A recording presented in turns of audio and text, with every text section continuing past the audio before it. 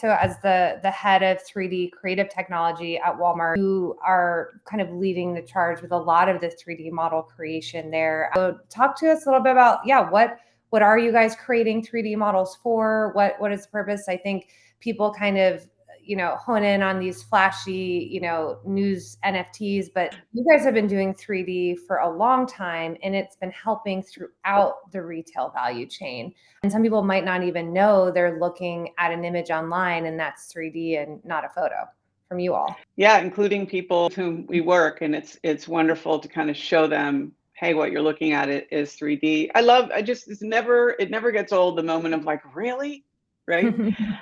Yeah, so when I first got to Walmart, I actually worked as head of brand and creative technology for HeyNeedle.com, which is a digitally native acquisition in the home space. And they ran a ginormous photo studio. And just looking at some of the endemic problems with retail content creation, especially visual creation, it just seemed like we could pull another lever, which was 3D, which would help a lot of that. So some of the day-to-day of why we make 3D models has to do with serving merchandising. So they'll have a story, which they do because they're very much editorial. And then to enable that story and have a virtual background, but everything that's curated here, we would need to make into a model in order to create that image, including the room itself, right? So we started making 3D models as just part of what we did. And for the retail imagery, it's really important for the image to be a living, changeable thing.